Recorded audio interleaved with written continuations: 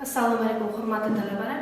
Bugungi mavzuyimiz turli parranda tuxumlari veterinar sanitariya ekspertizasi mavzusi. Bugungi mavzu bo'yicha rejalarimiz mavjud. Parrandalar tuxumini tuzilishi to'g'risida tushuncha. Ikkinchisi, parranda tuxumlarining kimyoviy tarkibi. Uchinchi rejamiz tuxumlarning navlari va sifat ko'rsatkichlariga xulosa berish. To'rtinchi rejamiz tuxumni tamg'alash, tashish va saqlash tartibi.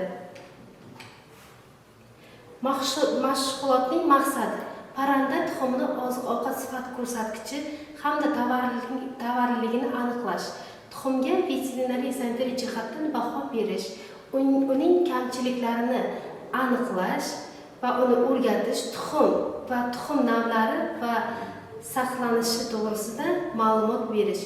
Kerakli jihoz va reaktiv asbob-uskunalar, har xil parranda tuxumlari, tarozi va avaskop kerak bo'ladi. Unda mana ko'rishingiz mumkin, har xil parranda tuxumlari o'ziga xos ko'rinishga ega.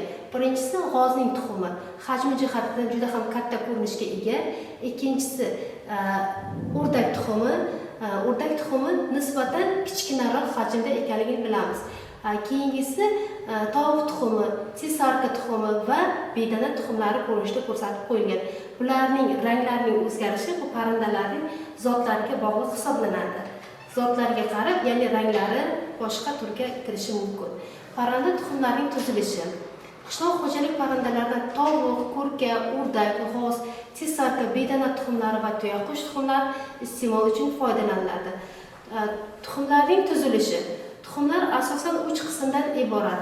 Oqsil qism 54-60%, sariqligi 28-32% va tuxum qobig'i, ya'ni po'stloq qismi 11%dan 14%gacha ekanligini bilishimiz kerak. Keyingisi tuxumning qobig'i. Tuxumning qobig'i to'g'risida umumiy ma'lumot beradigan bo'lsak, tuxumni tashqi tomondan o'rab turadigan po'choq qoplamasi deb yuritiladi. Qobiq 3 qatlamli, ichki, g'avakli, o'rta va tashqi qatlamdan iborat hisoblanadi. Qobiq tarkibi noorganik va organik moddalardan tashkil topgan. Qobiqning tuzilishiga ko'ra juda ko'p, nihoyatda mayda teshikchalardan iborat. Bu teshikchalarning diametri har xil bo'lib, ular orqali tuxumning namligi parlanadi. Qobiq ichki tomondan qobiq osti pardasi bilan o'ralgan bo'lib, bu parda ikki oq pardadan iborat.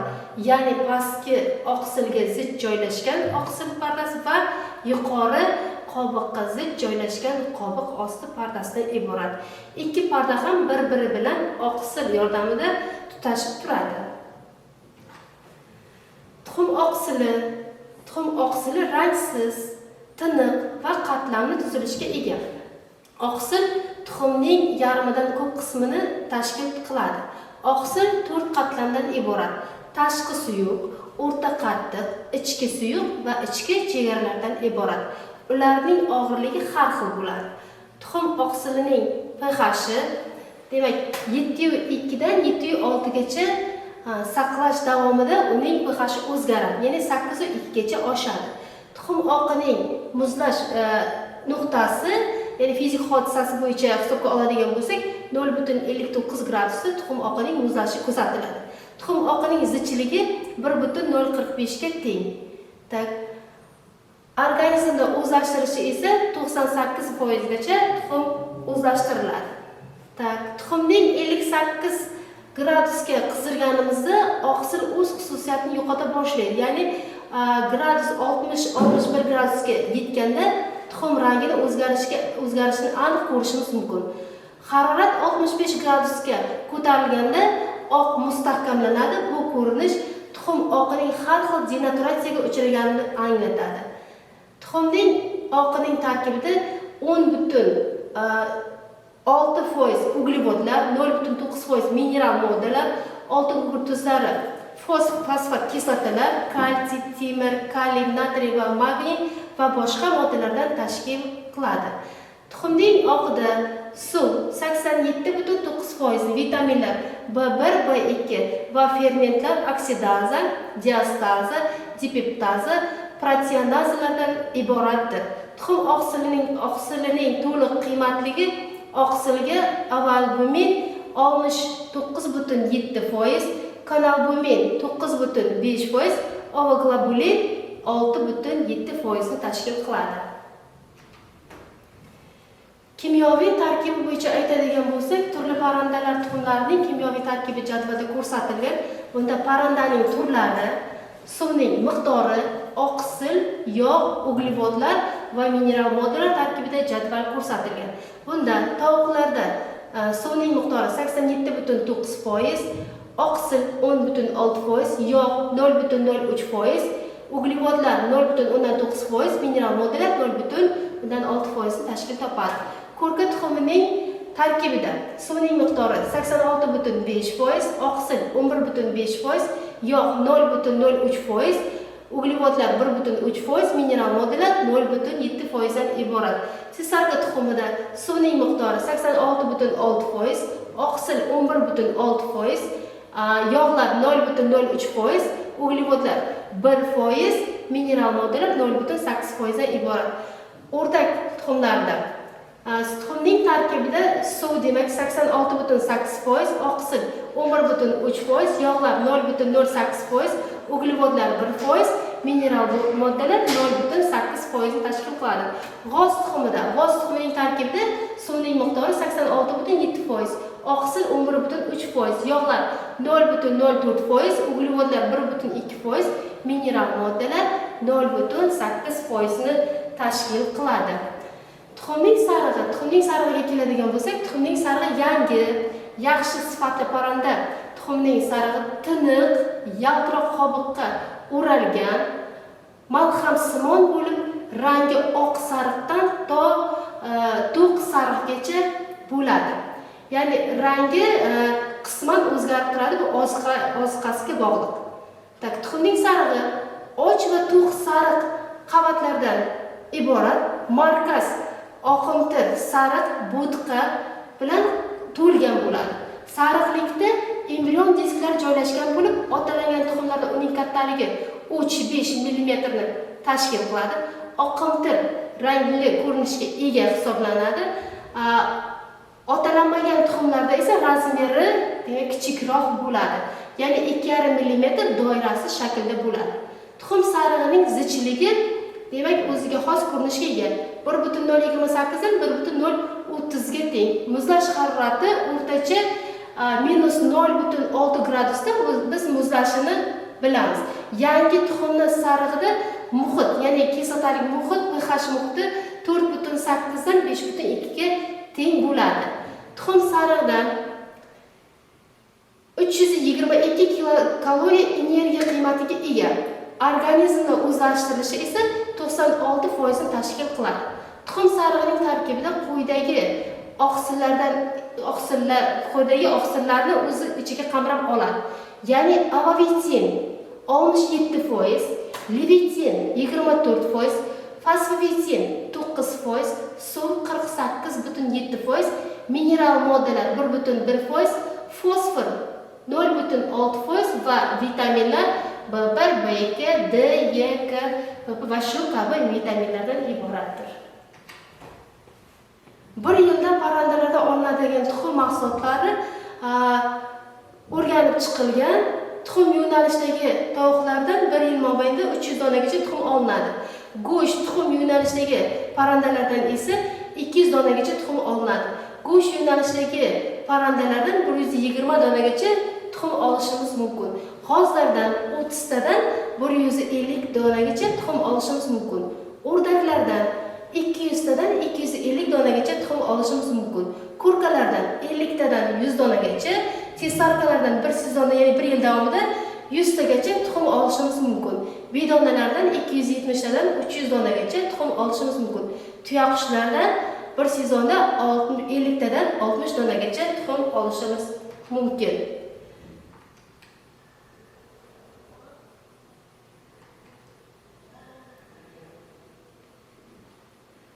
Tuxumlarning zichligi, ya'ni tuxumlarning zichligi har qaysi parrandaning tuxumining zichligi o'ziga xos ko'rinishga ega. Tovuq tuxumining zichligi 1,075 dan 1,085 ga teng. Ko'rka tuxumining zichligi 1,075 dan 1,085 ga teng. Xos tuxumlarning zichligi 1,085 dan 1,095 ga teng. O'rdak tuxumlarning zichligi 1,070 dan 1,090 ga teng. Sisarka tuxumning zichligi 1,115 dan 1,130 gacha teng. Bedona tuxumining zichligi 1,21 dan 1,076 ga teng. Tuyaqush tuxumlarining zichligi 1,133 dan 1,135 ko'rsatkichga teng. 100 gram tuxum massasining ozuqaviy qiymati. Demak, 100 gram parranda tuxumlarda har qaysining o'ziga yarasha ozuqaviy qiymatliklari bor. 100 gram parranda, ya'ni tovuq tuxumida 155 dan 165 kilokaloriya tashkil qiladi. 100 gram ko'rka tuxumi 160 dan 170 kilokaloriya tashkil qiladi. 100 gram g'ozning tuxumi 185 dan 200 kilokaloriya tashkil qiladi. O'rdak tuxumida esa 190 dan 205 kilokaloriya tashkil qiladi. Sisarka tuxumida 160 dan 170 gacha kilokaloriya tashkil qiladi. Bedana tuxumida 175 dan 185 kilokaloriya tashkil qiladi va tuyaqush tuxumida 118 dan 120 kilokaloriya tashkil qiladi. Tuxumlarning navlari va sifat ko'rsatkichlariga xulosa berish. Turli parranda tuxumlarining parrandalar turiga, zotiga, mahsuldorligiga, saqlanishiga, yoshiga qarab turli vaznga ega ekanligini bilamiz. Albatta bularning o'zgarib turishi, masalan, men tovuq tuxumida misolda oladigan bo'lsak, 45 dan 75 grammgacha bo'ladigan bo'lsa, bu parrandaning zotiga, yoshiga, oziqlanishiga, saqlanishiga ko'proq e'tibor berilishi talab etiladi. Bunda tovuq tuxumlari 45 grammdan 75 grammgacha tashkil qiladi. G'ozning tuxumi 120 grammdan 200 grammgacha tashkil qiladi. O'rdak tuxumlarining massasi 75 grammdan 100 grammgacha tashkil qiladi. Ko'rka tuxumlari 80 dan 120 grammgacha tashkil qiladi. Sisarka tuxumlari 45 grammdan 55 grammgacha tashkil qiladi. Bedana tuxumlari esa 7 grammdan 20 grammgacha tashkil qiladi. Tuyaqush tuxumlari esa 900 grammdan 210 gramm 2100 gramm, ya'ni 2 kiloyu 100 grammgacha tashkil qiladi. Kategoriya bo'yicha taqsimlaydigan bo'lsak, albatta bularni vazniga qarab kategoriyaga taqsimlaymiz. Masalan, oliy navli saralangan 1-, 2-, 3-chi kategoriyaga bo'linadi. Oliy navdagi tuxumlar juda ham kam uchraydi. Bular 75 grammdan yuqori bo'lgan tuxumlar oliy navga kiradi. Saralangan navlar 65 grammdan 75 grammgacha bo'lgan tuxumlar saralangan navga kiradi. 55 grammdan 64-9 grammgacha bo'lgan tuxumlar birinchi kategoriyaga, yoki masalan 45 grammdan 54-9 grammgacha bo'lgan tuxumlar ikkinchi kategoriyaga, 35 grammdan 49 grammgacha bo'lgan tuxumlar uchinchi kategoriyaga kiradi. Sotilishida biz hisobga olishimiz kerak, ya'ni 45 grammdan kam bo'lgan tuxumlar sotishda emas, asosan oziq-ovqat sifatida, ya'ni konditser mahsulotlardan foydalanish uchun qo'llanishga topshiriladi. Tuxumlar saqlanishga ko'ra ikkiga bo'linadi: parhez tuxum, oshxona tuxum asoslilari va yana ular sovitilgan tuxum va ohakli tuxumlarga ham kiradi ikkinchi etapda. Parhez tuxumlar bular 7 kungacha bo'lgan 45 grammdan kam bo'lmagan tuxumlar parhez tuxumlar hisoblanadi va quyidagi ko'rsatkichdagi tamg'alar bilan qizil tamg'a bilan belgilanadi. Oshxona tuxumlari 2 kundan keyin saqlangan, past haroratda saqlangan, ya'ni 43 grammdan kam bo'lmagan tuxumlar oshxona tuxumiga kiradi. Bular 30 kun davomida saqlanishi kerak bo'ladi. 30 kundan o'tadigan bo'lsa, demak sovitilgan tuxumga kiradi. Agar so'ndirilgan ohak suvida konservatsiya qilingan bo'lsa, demak ular ohakli tuxumga kiradi.